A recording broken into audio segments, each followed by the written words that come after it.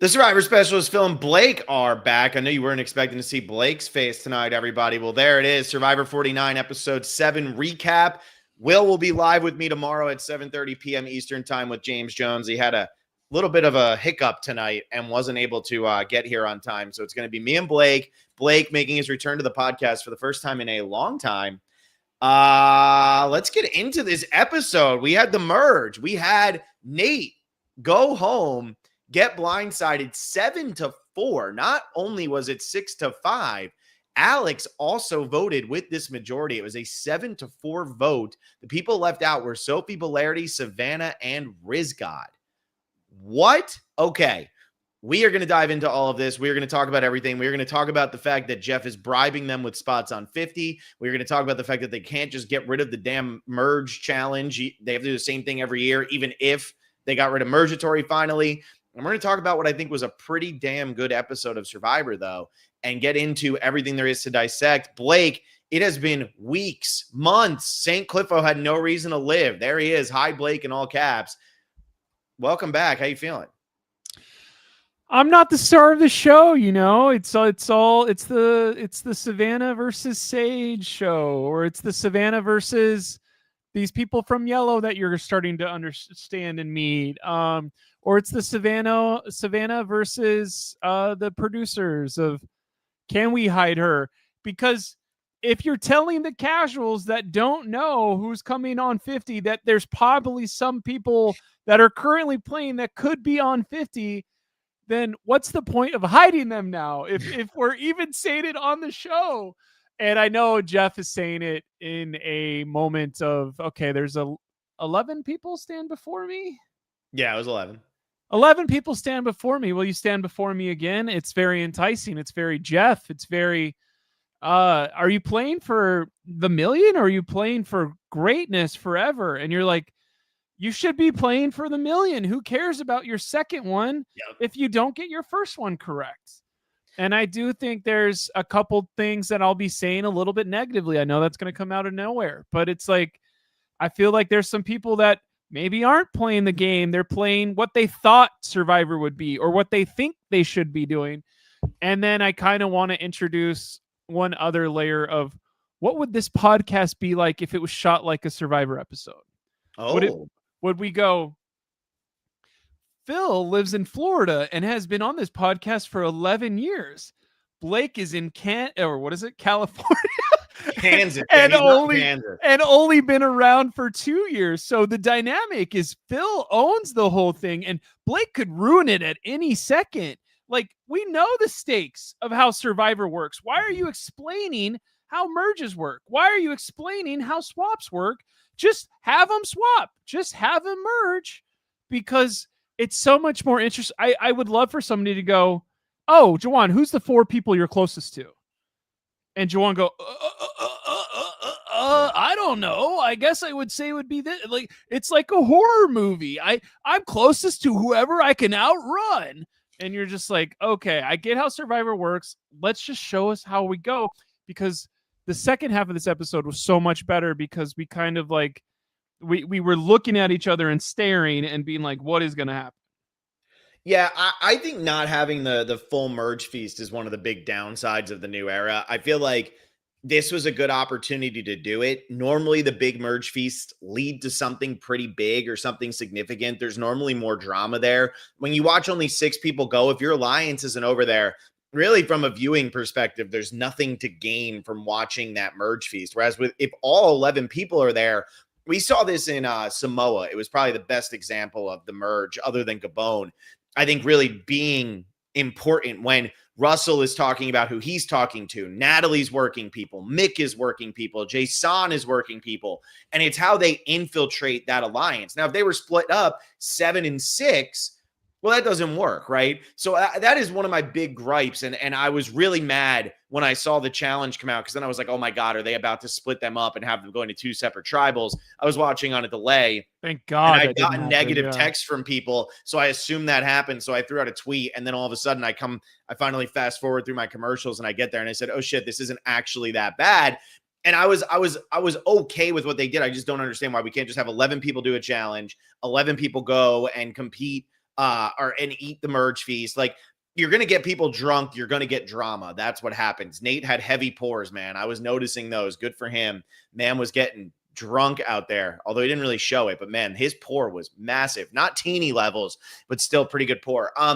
I that's really, though, my only complaint from this episode. I thought that the way it shook out in the second half was very, very good. I think Savannah is going to be absolutely electric for however much longer we see her for. I don't think she's winning. I've been pretty much riding that wave of saying I do not think that Savannah is going to win this season, despite the fact that that's what everybody pretty much thinks. Blake took her 1-1 in our fantasy draft at the beginning of the year. And people, that was my Savannah eyes, by the way. Yeah, I see that. People were looking really into what the tribes looked like for 50, knowing she was on 50, all this stuff. I don't think she wins this season, but I think she's going to be a hell of an entertaining player for as long as we get her now. Watching, like, if you think about this, right? Let's really put in perspective what we just watched thinking tonight. about it. Don't worry. That's why I'm here, is to think. What did we just watch tonight? We watched Soph, which we're going to get into, Rizgod, and Savannah. The three players other than Alex who have been the biggest people on the show, confessionals, screen time, minutes on air, everything, end up on the wrong side of the numbers to a group of 7 that we really only know 2 or 3 of the people on, maybe 4 now. But that was pretty shocking to me. Now, does it set up what the story would make sense, especially with Jeff saying, I want to see people play hard, you got to go down swinging, whatever? Yeah, it does for who is on 50. It totally lines up for sure. But I was a little surprised it was Nate, although going to Tribal, I'm saying, how is this going to get spun on Steven unless it's Alex and Sage who vote that way? But there's no way Sage is voting that way. So I was a fan of this. I really was. I'm a fan of it. And this was a pretty unpredictable episode. Even if as the episode went on, you started to feel that you knew it was going to be Nate. Coming into this episode, there weren't many people who thought Nate was going to be the person going home. Here's what I thought was going to happen in the last 10 minutes of the show. I thought Sophie B was going to use her knowledge as power to steal MC's idol and then go, okay, now we have both idols. And then the other team just go, oh crap, we're screwed. I guess we'll vote out MC or Steven. Like, I'm not going to get caught. I need to wait a minute. So I was very surprised Nate went home. I am also surprised because Nate has been playing phenomenal. I know you guys haven't seen me on a Wednesday in a while. So Nate was like the glue guy, the most glue guy that's ever glue guide of. We thought maybe like this is 2 in a row of Cedric and Nate are the 2 older black guys that are the strong, like strategic guys, or the first foreman of the jury. You're like, okay, not an archetype you want to be a part of if you're Nate, but you're just like, Nate was so strong. It felt like he was the right-hand man for the people that are going to be on 50. And you're like, oh, I thought Jawan would maybe have a confessional where it's like, I can't turn my back on Nate. I wish it was anybody else. Why aren't they listening to me? I guess I'll go. Like, that's where I thought all this was going. And I'm blindsided, I guess. This is one of the first merge votes in a while where it is like, I'm glad they hid this from me. Or maybe because we do have the people that are on 50, I'm blindsided because I was like, there's no way he's going home. So I was very much oh my gosh, this is a cool experience that's happening to me. And I think it is kind of putting us in. I'm going to go the other way of, I do think whenever Jeff says there's spots on 50, when we give the people the spots on 50, I don't think he's giving them to 9th placers. I don't think he's giving them to 7th placers. I think he's giving Emily Flippin places on 50 to Kyle Frazier. I can do it too, brother. I can glad you skipped place too, because Tiffany is there too. But you're saying I don't think he's going to give the people in 7th and 9th spots. Yeah, he didn't give anybody in 9th, but 8th place was the cutoff. There's multiple 7th placers and one 8th placer. I just think get ready, because every single thing we've known about 49 is who's on 50, and then they tell us like, I had a crush on a Survivor player once, or my biggest pet peeve is punching people. And like the other thing we know is Jeff says the merge is where it is. We hopefully you'll pay attention to the first 6 weeks because it's kind of boring and nobody cares because the merge is a bloodbath. And you're like, okay, I've heard this. Am I going to believe this? And you're like, okay, are we put on our back foot? We're gonna have the Nate boot hit you guys so hard as a fan base and are you paying attention to Edgic? Are you doing all this other stuff? What did you think's gonna happen? And now you're on the back foot, just like Rizzo is, just like Savannah is, and now you're on team like, how do we get out of this? Because when they do get out of this, it's 50 worthy. Yeah, I think that they're going to get out of it for a couple of episodes. I mean, RizGod still has his idol. That's still there. All of that. I don't think they're going to win. That's all I'm saying. I don't think who is winning this season if it's not Savannah or Rizzo. Go. Steven, Jawan, Sophie Belardi. I would only take Sophie out of that one. No, I think you're crazy. You're crazy. But then again, you thought Joe Hunter had a 98.6% chance of winning. So what do you know? If Steven wins, kill me. Why? Steven could easily win this season. Easily. He's played so well, Blake. Yeah. He's done everything right. Okay, I think. And everybody's saying that Jawan has no chance. I really don't understand. Okay, let's focus. I don't know. How do we do these recaps? Do we bounce around or we start at the beginning? Because I think Jawan played this. He's in the 5 Ulis, but I think Jawan had a crazy weird episode today of like, why are you not going down and hugging immediately? There was no good reason for that. And I feel like he's kind of fallen into the Cochran spot of like, you're damned if you do or damned if you don't switch. But also, when Hina gets the upper hand, are they going to keep you around? And if Uli is on the jury and it's Steven versus Jawan versus Christina at a final 3, are they going to be like, Jawan, we hate you because you flipped on us? Like, yeah, maybe it's good gameplay for you, but also we're just bitter.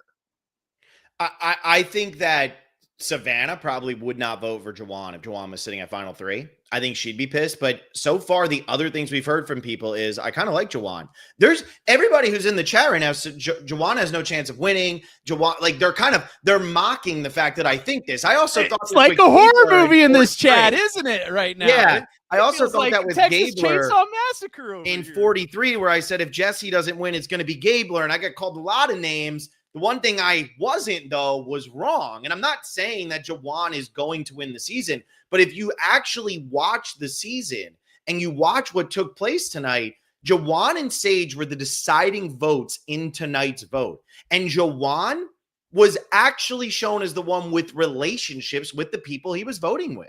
Jawan and Steven's relationship was very important. Also, Jawan was the one who stood there with the rest of the Uli tribe.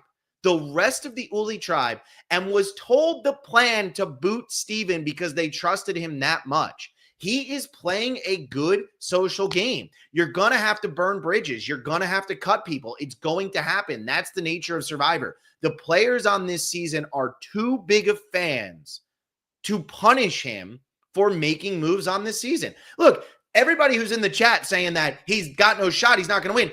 I have a 1 in 10 chance of this being right. Christina and Sophie aren't going to win, so I have a 1 in 8 chance of this being right.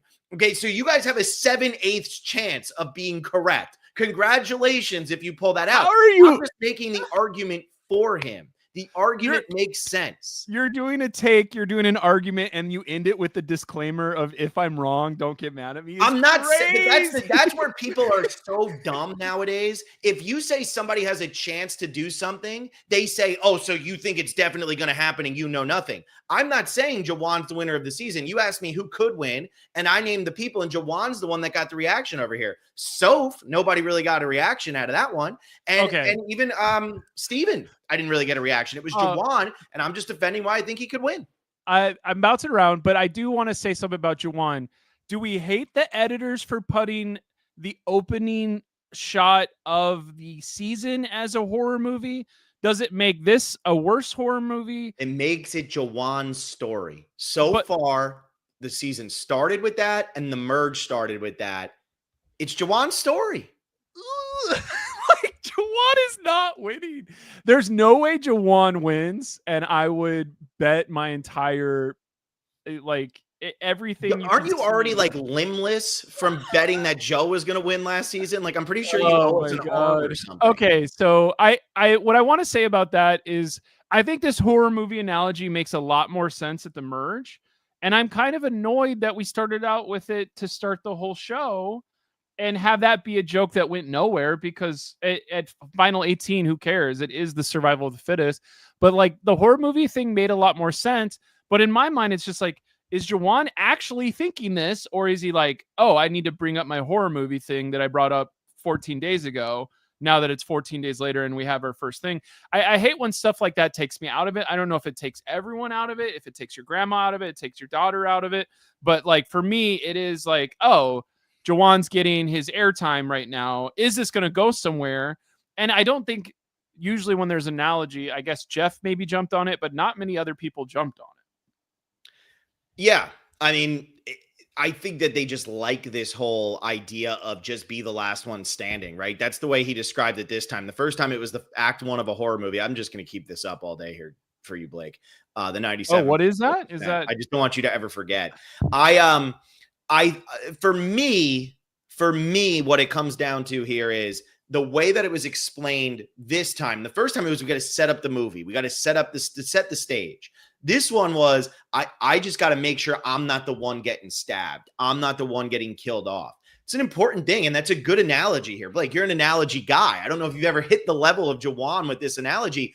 Look, there's two ways this goes, right, Blake? There's two ways this goes. Are you ready for it? Juwan wins or Juwan loses. You either get the nerdy stoner, which I don't know if Juwan's a stoner, but that's normally the last guy standing. It's not the muscular guy. It's the nerd. Have we heard that Juwan's a nerd this season? We've also heard Steven's kind of a nerd this season. There's only 18 nerds on this season, Cooker, so it could literally be anybody. Or Blake, or the final girl. There's the final girl in horror movies. Who is the final girl on this season? No, it's Soph, and it's bullshit that we're now calling her Soph, the person who has the biggest edit on the season, who we have been driven to follow and care about the entire season. Sophie. No, just got her name changed to Soph for Sophie, who we've barely heard from this season. You can't be doing that to us, guys. I literally thought it was the other way, because I was like, there's no way it's this way. I know we're bouncing around. So I think the other thing of Soph versus Sophie, you're like, that doesn't make any sense, because we're going to also say blue Sophie in this. Yellow Sophie, blue Sophie makes so much more sense. We would never do yellow and blue, but it is something where, like, so Sophie won the individual immunity, and she's like, that's for my mom. And I was like, this is hilarious, because nobody cares about this person, because we haven't seen her on the show at all. And it's such an emotional moment. She's like, this is so cool. My feet were burning up. I beat Steven. And I'm like, oh, I know nothing about Hina, because, like, I don't know if her mom is alive. I don't know if her mom is this. And I know we kind of complain of like, oh, there's too much background stuff. But it is like, if we're going to make this moment and talk about her mom, and I don't know what her mom looks like or anything, it is like, it's so much more of a cooler moment if Christina wins and does that. I know Christina wasn't even eligible for the whatchamacallit, but I just thought that was such a funny moment of like, check out this crazy immunity win. It saved her from Sting. And it's like, well, actually it didn't matter. We would have voted out Nate anyway. Like, everything they were trying to make a moment out of that, I think, was very interesting. Of like, I don't think the audience is going to care, and it didn't make sense story-wise either. Mm-hmm. So let's throw this up. Cody Brayman, this is a super chat. Was this a good episode for Sophie B? Meaning polarity, spelled wrong. It's Soph, all that. But was this a good episode for her? I think it was a terrible episode for her. Awful. I don't think it could have gotten any worse. Is she not the final girl when snakes start biting everyone? Does she get bit finally? Here's the thing too, right? So as a Lions fan, I'm gonna bring this up now because it's just been intolerable. Is this an analogy, or are you gonna use like her? No, it's an analogy. It makes sense. No, listen to this.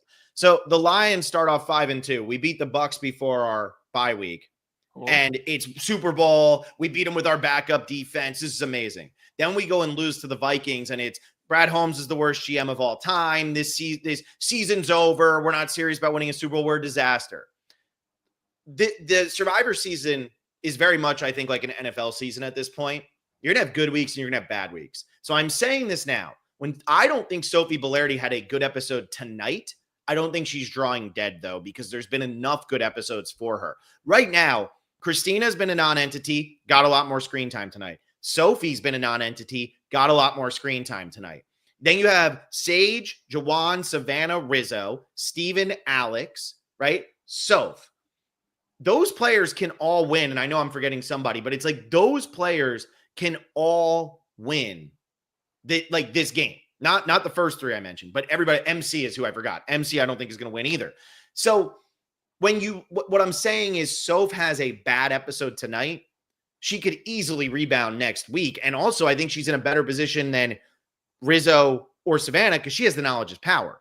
So if she starts to feel that things are really getting away from her, she could take Rizzo's idol to save herself and make sure that things stay even better for her. She also has Alex, who is somebody who will work with her. And though I don't think a lot of people would want to take her to the end of the game, there's a lot of people who still kind of have a little sympathy for her. And if there's one thing I can guarantee on this season, it's that it's not going to be three Hinas sitting at the end, because if it is, this is the worst edited season in the history of the show.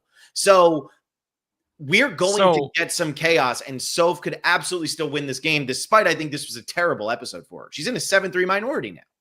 Because I think that what you just said made a lot of sense to me. If there's two things that I think we need to rectify before we're done in an hour of like, why is this edit like this? Of the people that you don't know anything about jump over the crazy hurdle here and get ahead, and you're like, oh my gosh. But there's so many people right now that you're like, there's no way they can win. Mm-hmm. And it's like, did they decide to change how they edited 49? And then I think there's also the looming thought process of why would, if Sophie took Rizzo's idol with knowledge is power, Sophie would be on 50. Rizzo would be, not on 50, because you don't put people on the show who have bad things happen to them. You put people on the show that do things to others. So Tiffany. I think that's a little bit of a, do we want more Tiffany's or less Tiffany's? I don't know what Survivor wants at this point. I don't know why they put her back on. Of the 24. So I think that's the thing that's looming. That's maybe we need to answer by the end of the day. Can I bring up something I think with Sophie, though, that I think could be legit? Soph. I'm calling her Sophie, okay? She's Sophie, and the other Sophie will continue to be the other Sophie. Let's just do Sophie B and Soph. Yes, Sophie Bellardi, whatever. The thing with her is, I could see a situation where she goes very deep on this season and does a lot and was offered 50 and physically literally could not do it because she was on the Disaster Tribe early. She's had a much rougher run on Survivor, and you're talking 2 weeks in between seasons or so. Maybe there is just a situation where here she comes. She's actually gone through the most physically. They offer it to her and she says, no, I'm satisfied with what happened. I can't go back out there right now. Keep me in mind for the future. I know 50 is a big legendary season, but if your body is at that low of a level anyway, I mean, this woman has been through the ringer in a way that Savannah and Rizzo have not and will not in the remaining days of this season. I think you've got a Savannah train coming. I think it's so funny this is the most I'm just going to say, I think Savannah wins. And I think this is the most in your face it will ever be because of the tribe stuff of 50. And I think we're going to be like, get on the train right now. Because whenever Savannah, like everyone has said, Savannah is terrifying. Savannah is scary. Savannah is whatever. I think if we have a moment where it's like Savannah is, because it's the 7-3 thing right now. I don't know. It is just like, who is going to win if it's not Savannah, Rizzo, or Sophie? Like, and how does that happen? It just is something where Edgic and editing magic or whatever we call it here. It's just something where why would we not talk to our winner as much as we've been talking to Rizzo, Savannah, and whatchamacallit. But I do want to say one thing. I think Nate, I think Rizzo, I think Savannah. Let's go ahead and put Sophie B in there. How did they not question Sage and Jawan more about why is Shannon gone? So I don't understand why there wasn't a let's have a come to Jesus moment. I'm going to look you in the eye. I know Shannon was weird. She was our weird person, though. And now we have Steven, who's weird in a different way. That's not our person. And he's definitely against us when Shannon was maybe against us. So are you against us, Shawan? Are you against us, Sage? Talk now. Talk now. No, this is, I think what makes this simple is Savannah and Rizzo and Nate haven't been on a tribe with Shannon since after Jeremiah went home. So they don't know what Shannon's been like outside of their tribe for now 6 days, 7, almost a week probably at this point, right? They don't know what she's like. So they don't know if she's losing it, what she's really like, if the game was going to be too much. They always knew she was a little out there. So maybe that's what's going on. I also think what really worked in Sage and Jawan's favor and Steven's favor is that Shannon really did vote for Jawan. So they weren't really telling that massive of a lie. They were telling the truth about why Shannon went home. It was Shannon going after Jawan, and they all said, no, we got to get rid of her. Now, did she go crazy? No, that part's made up.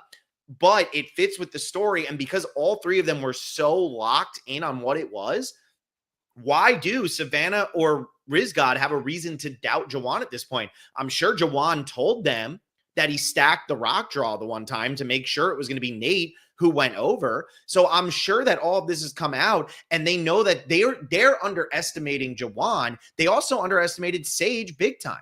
They underestimated both of them on that original tribe. So I don't think that they could have figured out that they were lying. And also, like, they weren't lying. I want to take one sentence you said, and I want to pair it with what the person said on the show. They underestimated Sage. Sage says, people have been underestimating. They don't treat me like a real player. Cut to every conversation Sage has had the first 5 episodes. I just pooped off a boat. I peed off of this. I put my blackheads in a jar. You're like, Sage, it's one of those things I have problems with. Of I joke too much. It's hard for me to really get, here's how I genuinely feel about you, friend I've had for 5-10 years. Oh, I never knew you felt that way. You're like a brother to me.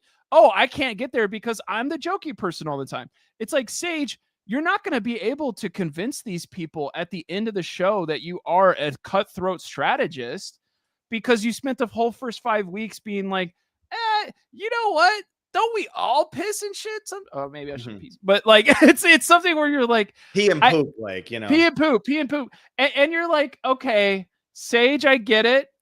And she wants to cut throats. It feels very Parvati in her talking.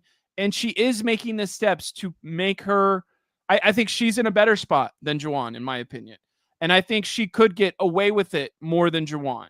So I am wondering, and then like next week, it'll be like Sage gets bopped or something. But she farted. St. Cliffo says she farted tonight. Don't forget it. Oh my God. I didn't even realize. But it is something where you're like, Sage, did people underestimate you or did people take you at face value? Because everything you said was crazy.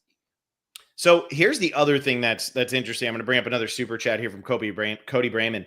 Sage told Savannah that Shannon told everyone about Rizzo's idol. So Cody Brayman brings up this point. The Rizzo MC conversation about Sage telling everyone about the idol is what confuses me about this, though. Because MC had told Rizzo, Sage told everyone, right?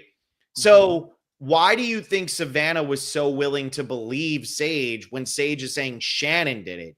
And why was there no second guessing? I think that's where my question more goes is, why weren't they concerned about Sage being the one who let it slip that Rizzo's idol was out there, or did they just not care at that point because they thought they had the numbers? That's what I'm confused about.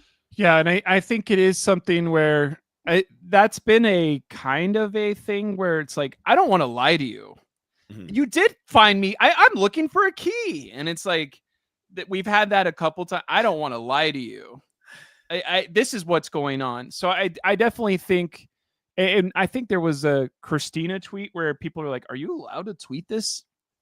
afterwards. It was like, oh, Shannon also told us about Rizzo's idol like basically immediately, and it was like, so they're obviously hiding that layer of like, oh, Yeah, that you shouldn't be tweeting. Shannon goes home, and so it is like, okay, because Sage told them, I guess Sage is going to win the war against Shannon, and then that happened. But I forgot the question, but I'm talking about random stuff. So it is something where you're like, okay, is MC going to work with Savannah? That's clearly a no. After that How did fight for the Savannah keys, try to grab those keys? That's where I love Savannah for that. I love. I mean, we that. Haven't seen that since Heroes versus Villains episode, Gulliver's Travels, or what's the movie? Treasure Island. Treasure Island. That was awesome. And like, that's the kind of crazy we need here is Savannah going, hey, I'm watching you. You just told me this. I'm going to dive at that. And I'm going to turn around and I'm going to say, I would work with you. And what is Savannah's confessional? This is where I thought, yeah, dude, Blake's doing the eyes. Her confessional is, I said to myself, okay, don't be crazy. Like, you've already been crazy here, Savannah. And that's where I have a hard time seeing how Savannah overcomes this. And if she does, more power to her. That's impressive as all hell. That's what I'm having a hard time seeing is just how she's going to come out of this. I want to put my hand to God right now and say, well, that means nothing from you. If Savannah wasn't on 50, I would be like, I think Savannah's going home next week. Of course you would. That's what I'm saying. That's what I'm saying. It's the same thing as the people who read the spoilers that Marianne won 42. I'm sitting there the whole first half of the season going, there's no way Marianne wins the season. All of a sudden, the chat's getting real confident that Marianne is going to win. Everybody's doing the same thing with Savannah. But hand to God, Savannah's going home next week if she's not on 50. Yeah. But because she's on 50, I think it's the Savannah takes down everyone show of like, just like Natalie lost Jeremy and then worked her way to the end of San Juan del Sur, our friend Savannah is going to Natalie her way to the end of this and take no prisoners and be like, here's an idol, eat that one. Here's an immunity win, eat that one. Get everyone back. Like, I feel like she could talk to some of these people and be like, I didn't expect that from Sage. Sage is going to win. And then everyone go, we got to get out Sage. Here's the difference. I think everybody in San Juan del Sur had no freaking clue what show they were on. These people know what they're doing. These people do know how to play Survivor. And look, I think there's a lot of interesting stuff coming into this final 10. I don't like, this is where, again, so I'll say this, splitting up into two teams here to run this challenge, it's dumb because just let all 11 do it and just give them all the fees. It's also dumb because I do a podcast about this and I have no idea who the 5 people, I don't remember who the 5 people who won and who the 5 people who weren't won. I just know that immunity was won by Sophie. That's what matters. I don't really care who she was competing. And it wasn't a merge feast. It was a merge charcuterie board. It was the charcuterie board. But anyway, so what I'm saying is there's so much interesting stuff here. MC has her idol. She just played it. So there's going to be another idol that's going back into play. Rizzo has his idol. Soph has her knowledge is power. And it's a 7-3 advantage, but I don't think it's over either because you do have somebody like Alex who is still out there, who's still playing the game, who could still easily go to another side.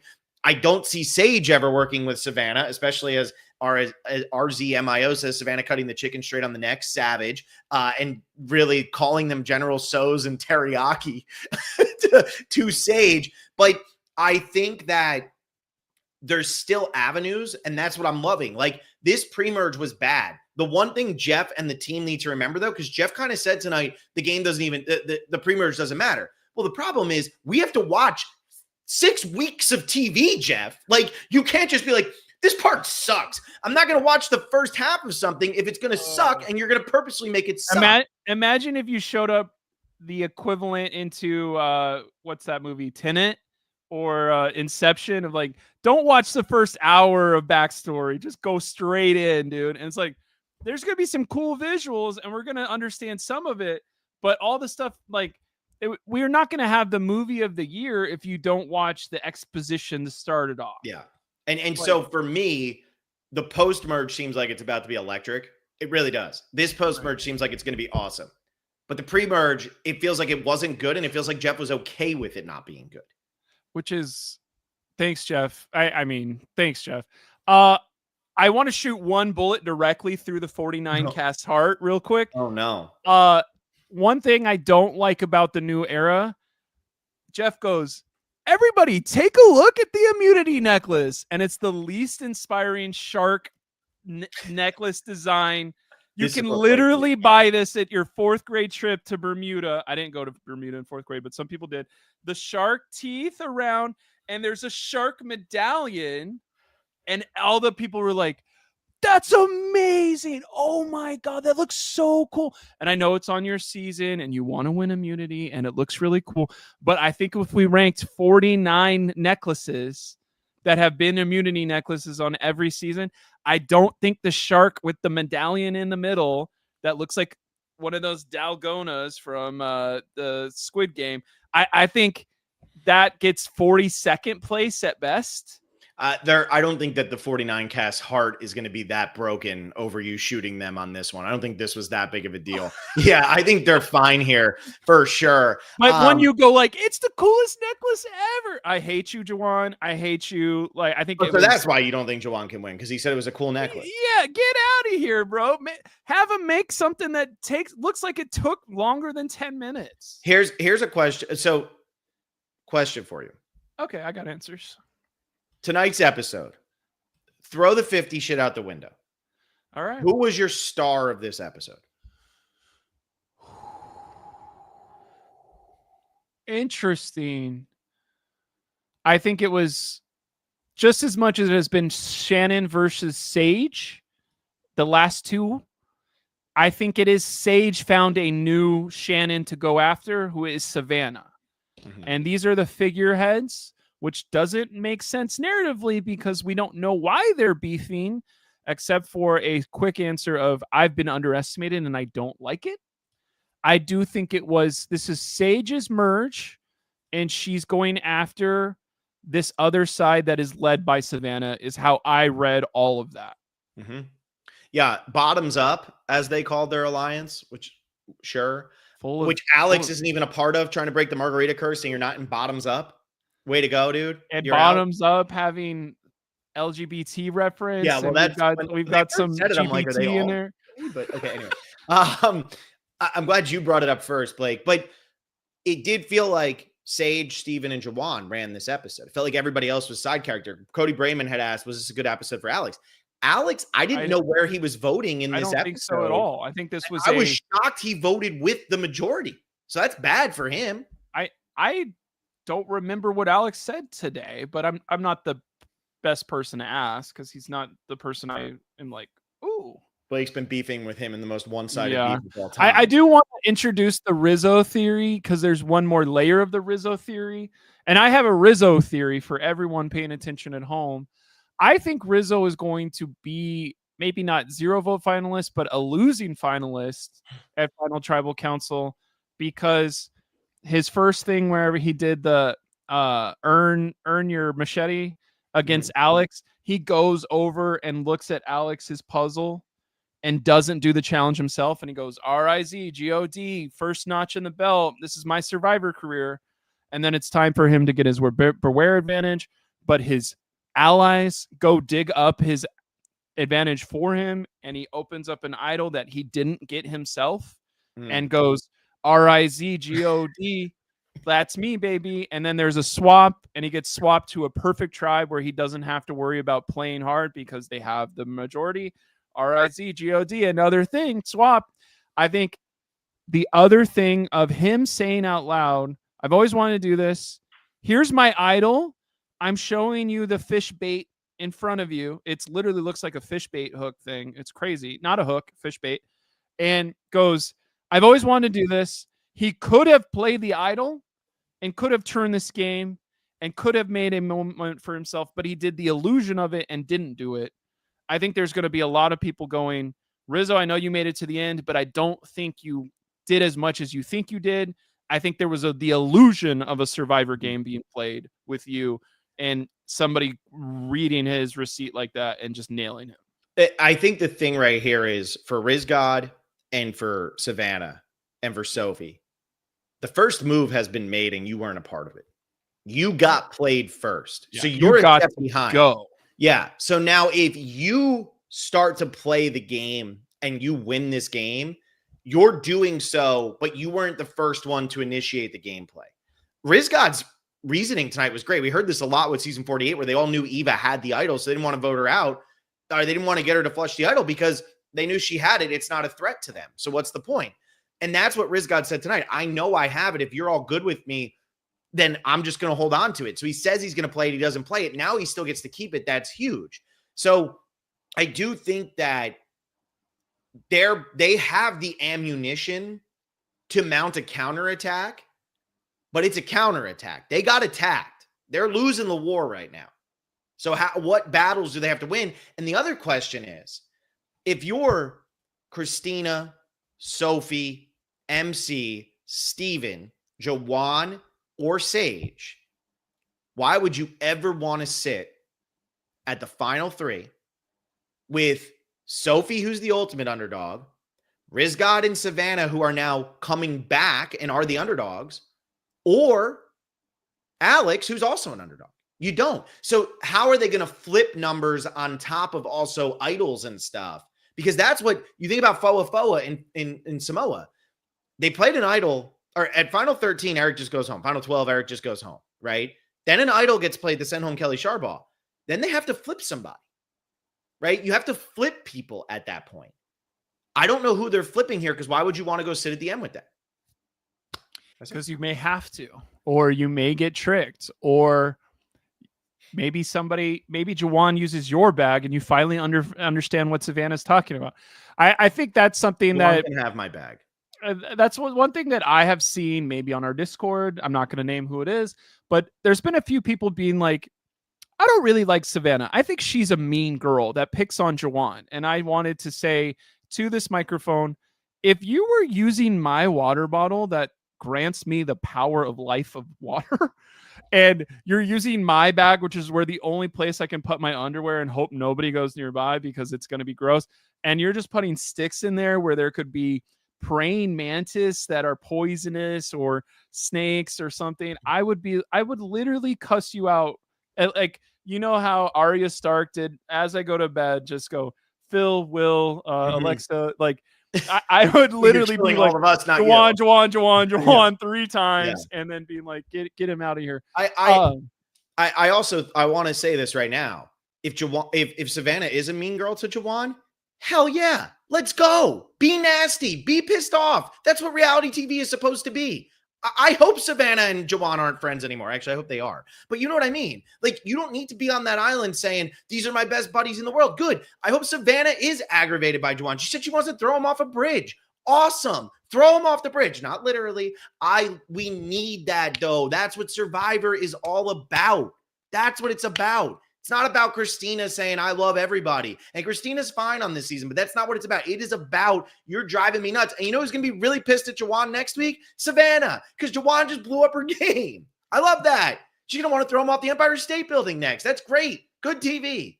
So if you think she's being a mean girl, let her be a mean girl. We need that on TV. Don't bully people off the internet by claiming they're a bully. Survivor, mean girls. Yeah. It's just stupid. It's like she's a bully, so I'm going to bully her out of existence. You're a loser if you do that. Don't do that.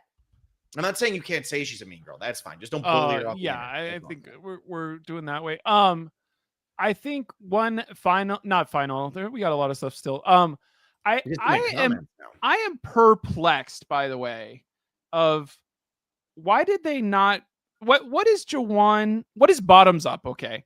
But Bottoms Up is just laying down as everybody's doing this stuff. Do you think that's going to matter narratively of like, it was such a weird scene where I'm like almost thinking that the editors were like, we have to show this because it was so weird, but is it going to come up in a future tribal of like, I think you're lying to me because like you guys didn't even come hug us or something. Like, I'm just wondering why this was such a weird scene of your Survivor career. Have you seen something like this? It felt like clearly the wrong thing to do socially. And they were just like, we know it's wrong, but we're going to just do it because why would we be nice to them? And then Sage going, I can feel the fakeness coming already. And you're like, girl, there's no benefit of the doubt. Like some of these people you've never met. She didn't like him. She could tell by their face. I mean, here's the thing. She's not going to like Christina. Christina passed out, although she did meet Christina. Anyway, because she hasn't met Sophie B yet, and Sophie B's probably a shining star. I think the reason that scene was in there is because it's showing how these three are putting each other above everybody else. They don't care if it's the wrong side numbers, whatever it is. Like, these three are locked in. And I think the fact that tonight Steven and MC didn't really they didn't have a moment at all that much, and that was a big storyline on the Hina tribe, pretty much the only storyline from the Hina tribe, makes me think that MC might be along for the ride, but Steven would probably rather play the game with the others. I'm going to throw up some compliments here. Tyler on Derry. I'm begging y'all to make Blake a regular for the Wednesday episode recaps. Y'all's chemistry is amazing. Blake's supposed to be here every Thursday. He just hasn't been. So he was going to be here tomorrow night, but now he's here tonight, and Will's tomorrow night, but Blake will be here every other Thursday. He's stuck now. St. Cliffo, love Blake, but we should also appreciate Phil. That's me. Every Wednesday night for years. Power rankings, Patreon, consistent quality content, and hard work. And then Patrick Stahl just jumping in saying Green Train. So we always appreciate super chats. Thank you all so much for throwing them in here tonight. We're not going to be mad about that. Now we can get popcorn for next episode. There you go. Wow, Blake. Wow. Get the Twizzlers out like Jeff did that one time. That'd be pretty cool. So, but you get what I'm saying with like where I'm trying to look at the pieces of the edit here. Sage, Jawan, and Steven. It feels like Jawan kind of found a home here, and him and Steven are tight. Because I also thought it was interesting that Steven and Alex didn't get back together here after they had killed the chicken previously. There was a lot going on in this episode, but I'm just surprised what they didn't show from the relationships that we did know. And to me, those omissions speak louder than what we actually heard tonight. Is Bottoms Up the final three? No. Interesting. Because I think that's we spent a lot of time at our most important episode. The merge is clearly where we set up all of our storylines. Bottoms Up was a big part of it. If we don't think they're the final three, why not? Is it because we've been focusing on other stuff? Who is going to take these people out? And I think one other question I have is we have 4 Hina members. Let me do 4 here. Oh, get this finger out of there. 4. It's like, which one of these is closer to, like, what is Christina close to Sophie Yellow? Is Sophie Yellow with Steven? I don't know anything about that, where it's like, I think in the crossfire of what's coming of Armageddon, are those kills that you're going to put on the side of your airplane and fly it over Final Tribal Council, are those going to be cool enough? Or is it just going to be like, Christina's making it to the end because you can't vote her out because we're saying everybody is a bigger threat than her? Yeah. That was a lot of questions. Yeah. When you ask me, do I think it's the final three? No, because there's so much game left. And there's now Sage and Jawan are firmly in the crosshairs. They are firmly being targeted, and they're being targeted by a side that might not have the numbers, but certainly has things that they can do. So when I look at this, I say, hey, you might get 2 of those people in the final 3. You might get 1 of them in the final 3. Maybe they're 3 of the final 6 and the other side decides to turn on them. Personally, I think Sage is probably going home next week. As crazy as that sounds, I think based on what I saw tonight, she's going to be the one. It's not going to be Jawan. It's going to be Sage that Savannah is going after. And with Rizzo's idol and Sophie's knowledge is power, it would be her who ultimately gets hit here and knocked out of the game. But that doesn't mean that Steven and Jawan are done. And I honestly, when you look at, I'll look at confessionals here. Christina had a 2-0-0 and she only has 11 on the season. Sophie Segretti, we've barely heard from. She's only had 1 episode with no confessionals. She could be somebody who still goes very deep in the game. She's just not going to win, but she could absolutely be somebody. I want to be Alex's new Sophie. Why couldn't it be Alex, Sophie, Steven, Jawan, and MC as the final 5 of this season? Survivor 50. That's the only reason people are so convinced that can't be the final 5. I want to apologize for lying. I do remember what Alex said on this episode. It was about DC. It was about DC. He said, DC is all about, oh, too bad he wasn't on the yellow tribe to start, because he could have been like talking to the red tribe and talking to the blue tribe. It feels like I'm back. He was on the blue tribe. It feels like I'm back in Capitol Hill. It is something where, okay, Alex, this is a perfect, like, incorporate your job in this one, Alex. And gotcha, boss. I've done this for years. he did have a moment of my expertise on DC has been getting people to go across the aisle the whole time. I'm excited to do this. So I think it's not a complete goose egg for him, strategy wise, confessional wise. So maybe it's not as bad for him. I think he's going to be pivotal moving forward. But one thing I'm wondering is, why do you think Sage is going home? Do you think that because of 50, or do you think that from this episode? No, I think only? that because of this episode. I think because she's the one Savannah's going to come after. I could see a situation right now. There's 3 people on the outs. If Sophie steals, or they could still find an idol because MC's idol's gone. So if they find the idol or something, they could have 2 idols for 3 people. That's a hard thing to take a shot at. They don't have the numbers to split the votes. They kind of have the numbers to split the votes, but that's still hard to pull off if there's 2 idols in play. Then again, if you are going into next week 7-3, that's 4-3-3. You can split those votes, but you also have to be very sure that we have an Operation Sicily, offshoot. And I think those are 3 people that I think could pull off an Operation Italy of like, who do we get one person to come across? I think it would be Alex, of like Sophie being like, okay, we didn't vote together, but we have to vote together for the rest of this time. And then Alex goes, okay. And maybe that's how they get through 10. Yeah. And maybe it's an idol that gets them through 9. And then, okay, we start the ball rolling. Yeah, I think that's something where I'm hoping this works out for them. Okay, let's do Philly and Blakey. So let's throw this up. No, we don't get to the Philly and Blake. Is it the end? Nick just does that all episode, and we'll do it at the end like we always do. Cody Brayman says this is a Rick Devens, Jesse type edit for Savannah, Sophie, or Rizzo. I could see that a little bit. I also think, though, what's very interesting, and everybody knows I love these confessionals, right? Savannah has a 12 and an 11 right after the tribe swap. That's why she's leading the season with 42. Alex is second behind her. He has an 11 and a 10 from the first 2 episodes, and people are saying, who the hell is Alex? Sophie Bolarity's tied with Alex with 38. Rizzo only has 30, and 12 of those are in the first episode. Sage has 27. Hers have been more consistent. Jawan, 26, 4 episodes with 5 confessionals. Much more consistent. Steven, 24, much more consistent. So I do feel like this hasn't been so rammed down your throat. Nobody's really pulling away. Who had the fewest confessionals tonight's episode, Blake? Christina. Nope. In tonight's episode, it was not Christina. It was Rizzo. It was Rizzo and Alex tied with 2. Wow. Yep. Rizzo and Alex tied with 2. So again, that's what I'm saying. Rizzo is doing things, and Rizzo has this idol, and Rizzo can make things happen even though he's on the wrong side of the numbers.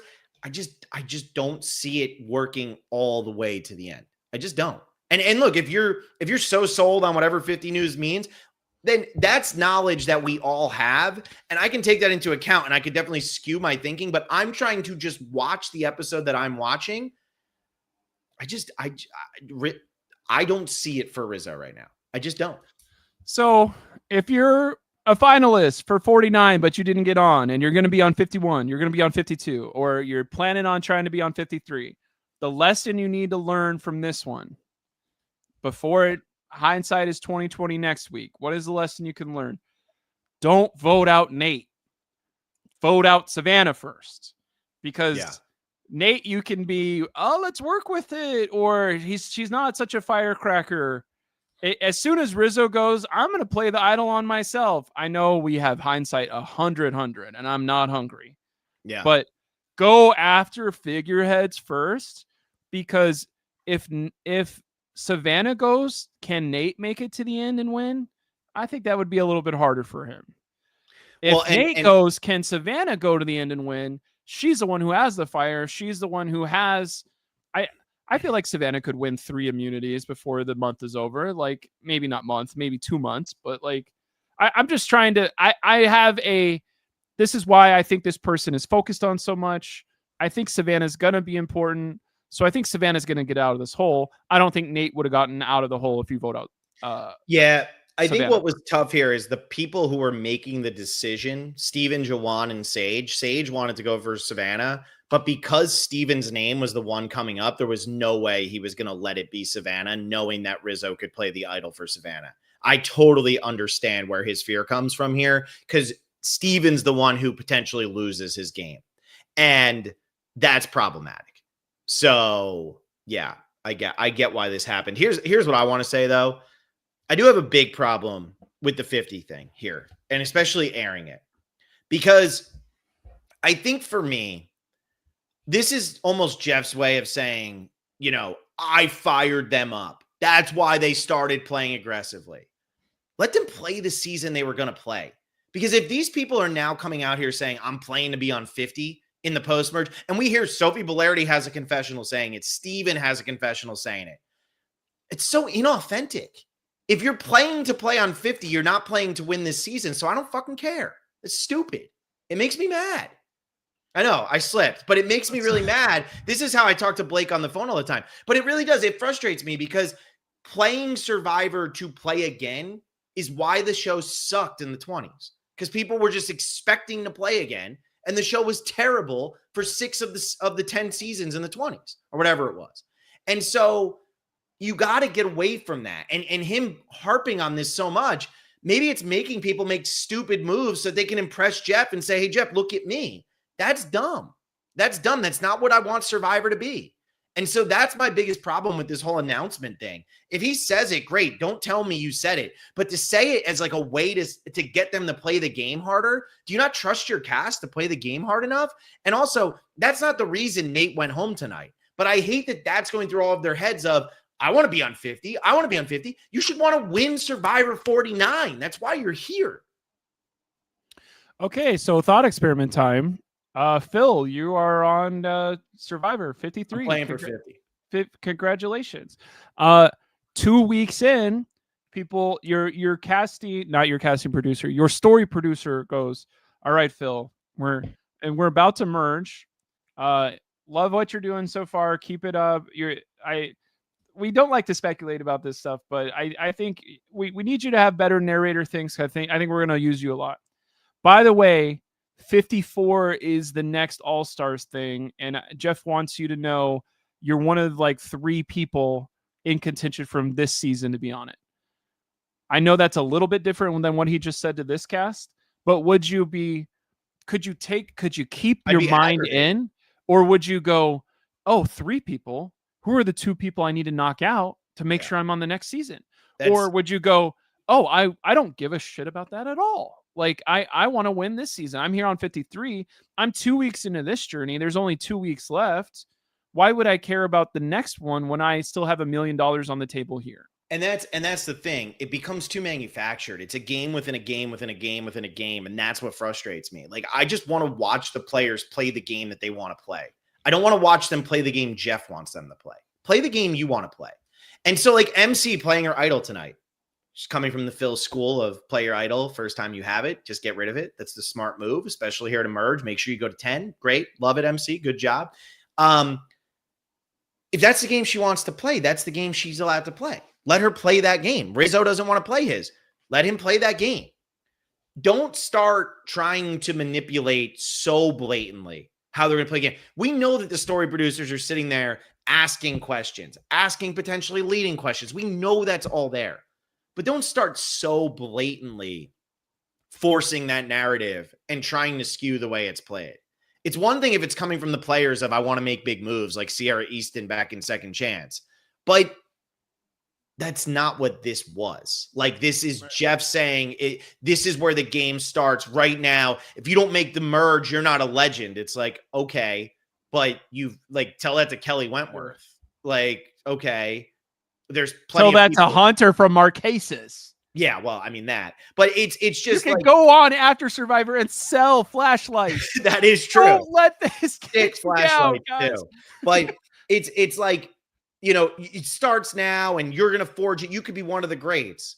I'm fine with giving that speech if you're trying to pump them up, but when you dangle the carrot of 50, now people are gonna start saying, "Wait, I could be on the biggest season in the show's history." Who cares about this season? I just got to make sure I'm one of the 2 people that's good enough to get over there. That's dumb. That's dumb. That ruins 49 for 50. You think it's good moves and stuff, but really, I think the drama was going to be here no matter what.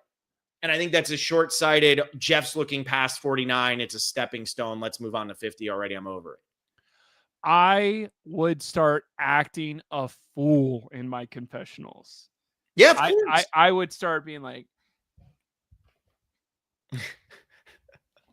I don't even "Take remember this is see a your podcast. Like bitch ass people out of listen. here." I would just be literally saying all of that stuff. And I do think one simple explanation that I don't want to be true. I brought up 2 points earlier of why is it Rizzo? Why is it Savannah on 50 if they do lose before the end? Maybe Rizzo and Savannah are the by far the best personalities of what we're going to see over the next 3 weeks. And it is devastating when they go home because when they go home, there's not a lot of personality around afterwards. And we see a final five of people that respect each other, love each other, and work together because of what they saw in 48 worked. And we just want to do it in 49. And then that's the worst case scenario, in my opinion, would be for Hina's and Alex make it to the end. But I don't think that's what's going to happen. And I say that worst case scenario as a entertainment perspective, as a we don't really know their stories and they aren't lighting the world on fire in their confessionals, maybe. Yeah, I mean, if you think about this, right? So let's talk about the new era people. Jonathan Young, 4th place. D is 1st. Kyle's 1st. Emily was 7th. Q was 6th, right? 6th for Q. Of course, Q was 6, bro. Tiffany was 8th. Charlie was 2nd. Genevieve was 5th. Camilla was 4th. Joe was 3rd. It's a wide range of placements. Even when you go back to Christian Ubicki, right? That's a pretty early boot considering how legendary his status became. And so what I'm just saying is if these players, if Riz God and Savannah are just electric for the next 2 weeks, that might be all it takes. Because if they just survive 2 episodes, that would be awesome. And I'm not saying that they can't win. I'm just saying I don't think they win. That's all I'm saying. I think Sophie Bolardi has a better chance than both of them right now. If Savannah wins, I'm not going to sit here floored. I'm not going to sit here shocked, right? There is writing on the wall here. There are hints. There are breadcrumbs. But I just think that there are other people with better chances right now. And so it's so much cooler if the female Russell Hantz wins. Yeah, I agree. I totally agree with you. But that doesn't always happen. Let's live in that world instead I would love that, but I don't want you to be right. Instead of Savannah goes on 2 seasons, plays a very hard, aggressive games, and doesn't win either of them, I'd be like, that is a less cool world to live in than the female Russell Hantz says it at the beginning, has people calling her out for crazy eyes on episode merge, and somehow still gets to the end and is respected enough because Rizzo didn't really do anything. And let me ask you this. If Savannah finished 8th, was she great TV? Confessional wise, things she's saying, things she's doing? I mean, I think I don't know about you guys. I think I've said since the beginning, like Savannah feels like another step up than most of the cast. And that's what I'm saying. Savannah doesn't need to win to be asked back for season 50. Savannah can finish 8th place and she's on season 50. Because Savannah right now, from a difference, she dove for the keys, dude. Like MC said, she doesn't even know what they go to. And she dove for them because that's the level she's playing this game at. She's playing it at this, I'm okay being a little crazy.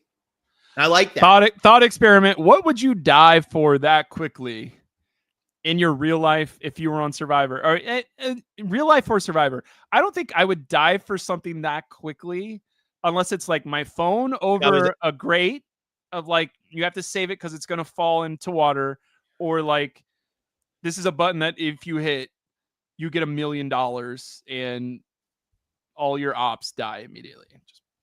If I was Alex diving for a crab last week, which somehow I didn't mention on either of my podcasts, which is just crazy. But if we were back in Survivor Sucks days, that would have been a gift that would go around for literally 30 years. Forever. Yeah, forever. People are saying Savannah's a snooze fest. People don't like Savannah. People are out on Savannah. That's okay. You can be out on Savannah. I think Savannah, from a producer standpoint, she's giving you something that most people in the new era don't give. If you think about the people they did put on, Tiffany was willing to be a villain. Q was willing to be a villain. Emily was willing to be a villain. Like, Savannah fits it. Savannah fits it. So All right. Sound off in the comments. Does Savannah win or does she get 8th place? hey, I want to say this too. Like this video because we have like 30 likes and we have 6 times that watching right now. So go like the video. I don't know what you're all doing. Help us out. Help us out. And if you're on Spotify or something, like over there to whatever you do over there. Nick Snyder says Q is a hero, not a villain. Yes, of course. So is the Joker. So really, because I'm going to go, I'm going to podcast so many more times this week, but I want to ask you, since you're not going to podcast again, who do you think goes home next week?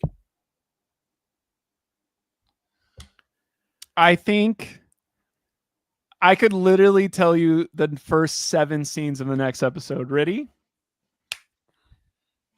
Rizzo. Open up. Darkness after tribal. Next to the fire. Rizzo, Savannah, Sophie. Whoa, we got. I don't know what we're going to do. RIZGOD. Oh, I should have told you guys. I have the knowledge is power. You have what? And then Savannah goes, we did not get got. Nate got. They got because they did not get us. And then everyone gets chills. And then we wake up and Jawan takes Savannah's torch. And you were on something. Drop that torch, man. That's mine. Yeah. No, and then Savannah starts the march of, hey, Alex, I'm a little bit wondering why there wasn't another vote. Why did you vote out Nate? Oh, interesting. Are you with that long term or is that a short term thing? And Alex goes, you know what? Maybe that's more short term. And then we go, well, who drove that? Who was after me? I think it was a thing after me, not Nate. And then they say one word. They go, it was Sage. Sage gone. Okay, Sage gone. So you're on the same thing as me. All right. The Philly and the Blakey this week. It's normally the Philly and the Willie. The Philly's the best player of the episode, and the Willie is the worst player of the episode, but the worst player cannot be the person who was voted out. So I'm going to go ahead and I'm going to give my Philly to. You want a drum roll, Nick Snyder? Can you hear me? Go on, drum roll it. You've been talking up Sage all night. I'm going to give it to Jawan. Wow. Jawan wins both? Let's go. I'm going to give it to Jawan, and here's my reason why. Jawan got the most information and did the most with that information to ultimately be able to pull this move off and have it so that Steven doesn't go home. He's got a better relationship with Steven than Sage does. I think he's got a better relationship with most of the people out there than Sage does, except for Savannah. And at this point, Savannah doesn't have that much power. And I think Savannah's also angrier at Sage than she is at Jawan. So if I think Sage is going to go home next week, Sage can't win the Philly. It's Jawan. He's better positioned moving forward. And he got what he wanted this episode. So that's what I got. Who's got the Blakey? Who had the worst of the episode? I'm going to give the Blakey to Jawan. No, you can't do that. You can't do that. It's not allowed. Literally, it's the Blakey. It's not the Philly. No, it's not allowed. Not allowed. What are you talking about? For not the allowed. first time in Survivor Specialist history, no, not allowed. Jawan is getting both the Blakey and the Philly. Not allowed. JD Robinson says Sage sold the lie. Yeah, but Jawan was the one in the mix. Anyway, it can't be Jawan. Not letting you. That's crazy. I think he played the worst this episode. I think How did he play the worst this episode? He's on the right side of everything. I think what I'm How trying did he to say, play worse than Rizzo, Savannah, or Sophie Bolardi tonight? You're or right Alex, a little bit. You're right a little bit. I'm not right a little bit. I'm right a lot. But what I'm saying is, I know Jawan said I can't win with the Red Tribe if it's just us 5. But I think there's a difference between setting yourself up of, ooh, Savannah's scary. Rizzo is too threatening. And having someone take that shot at like 7, at 5, whenever you figurehead it and you go, hey, 4 yellow people, vote with me. And you leave yourself open to, can I break into this yellow alliance? You guys are actually my people. Maybe the Red Tribe. I never really gelled with them, but Steven and I talked about Pokemon once. And Christina, I have a mom too. This is going to be great. MC, I thought about going to the gym, and you go to the gym all the time. This is perfect. Like, I do think he reminds me of Cochran of my tribe wasn't great. So Jawan can win 54 when he comes back. But I don't think Jawan is winning 49. And I think he's going to have more haters than lovers on the tribe. I think they're going to be like, Jawan, we did our best, man.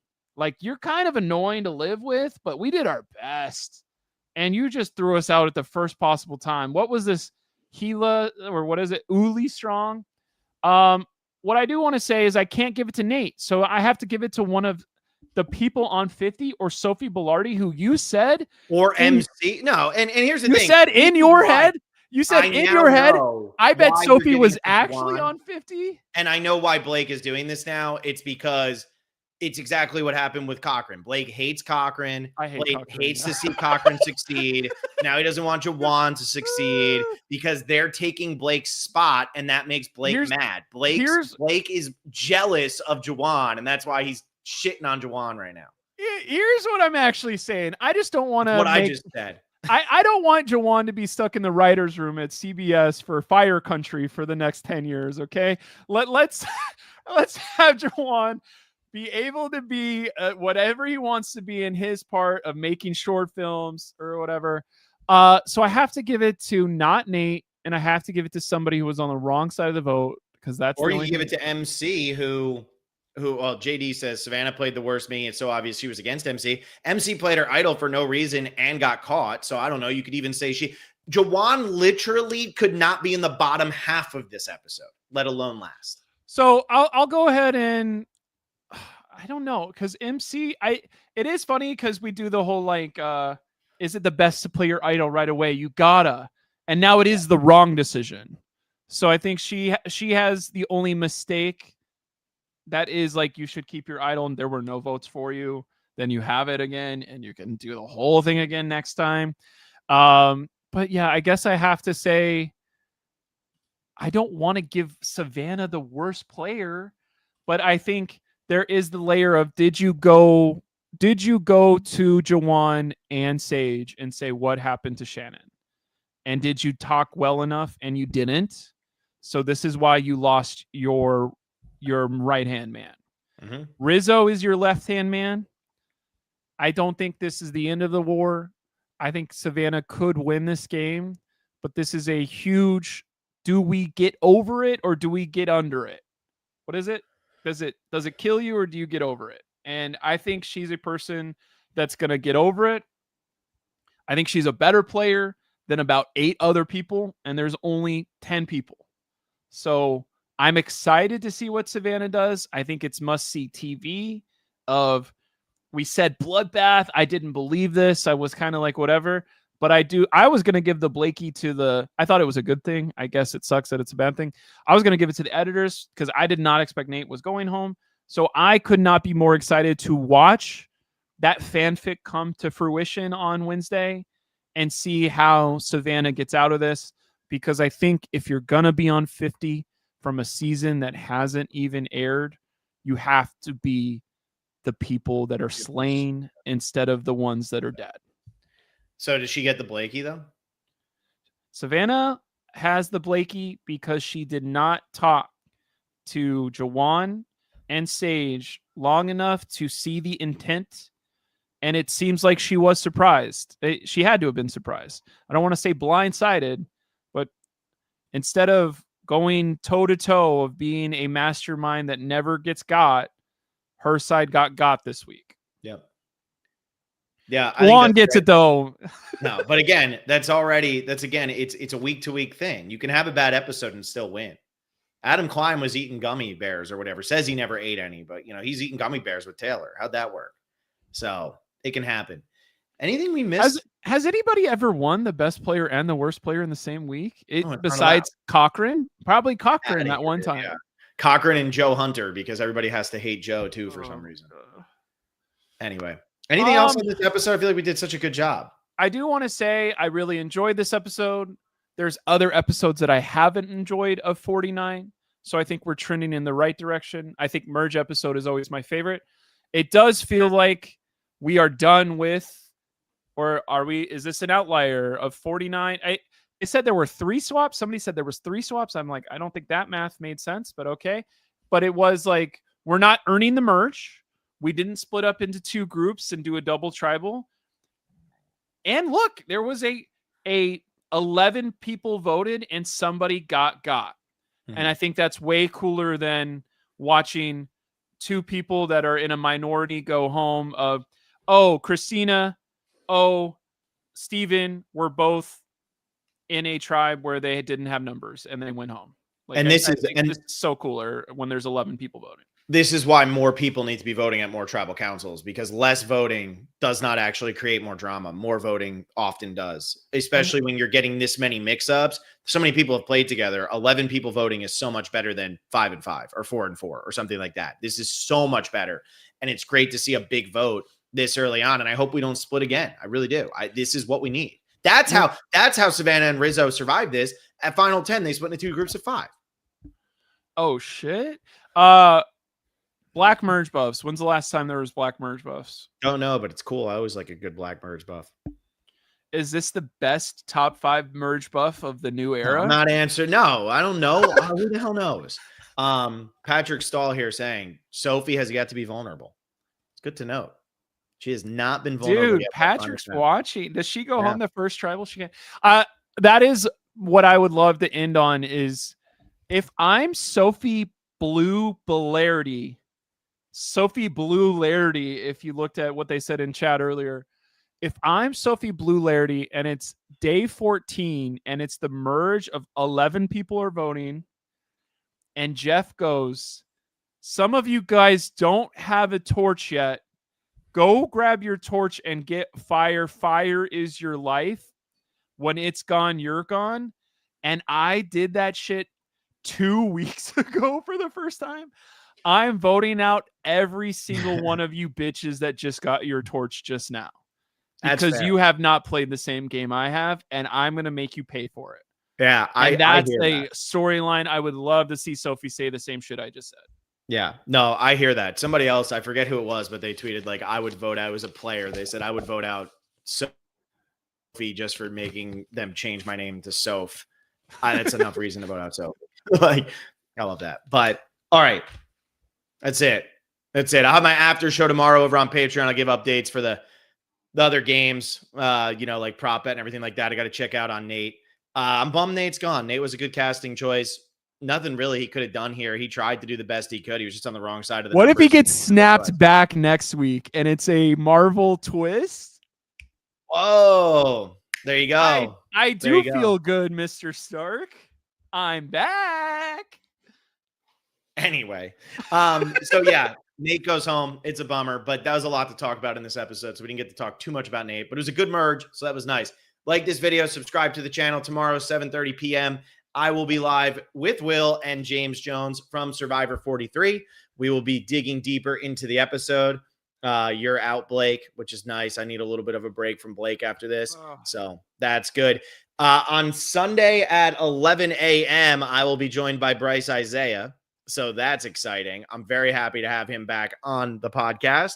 And then on Monday at 8:30 p.m., Annika will be joining Tegwith for Matt Chat. So we got 3 guests coming up, 3 podcasts coming up. John and McKenna are going to be doing Survivor Rewind tomorrow night. McKenna and Kyle will be recapping The Amazing Race if you've been following along with that. Patreon.com/specialist. Survivor Philippines coverage starts tomorrow. We are out of the dark ages. So if you want to become a patron and you want to hear us talk about good seasons of Survivor and you get access to the backlog, go ahead and check out our Patreon. Survivor Philippines, where every season matters, starts tomorrow. AU coverage, Q&A, my after show. We got movie stuff that we're talking about. It's Noirvember. Casting episode where Blake talked a lot about Michael Yerger's body. And we had Survivor Rock Draw, which always comes out. So plenty going over on the Patreon. And that's it. I'm glad you all stuck with us. Let us know what you thought about the episode, and I'll see you tomorrow night. See ya.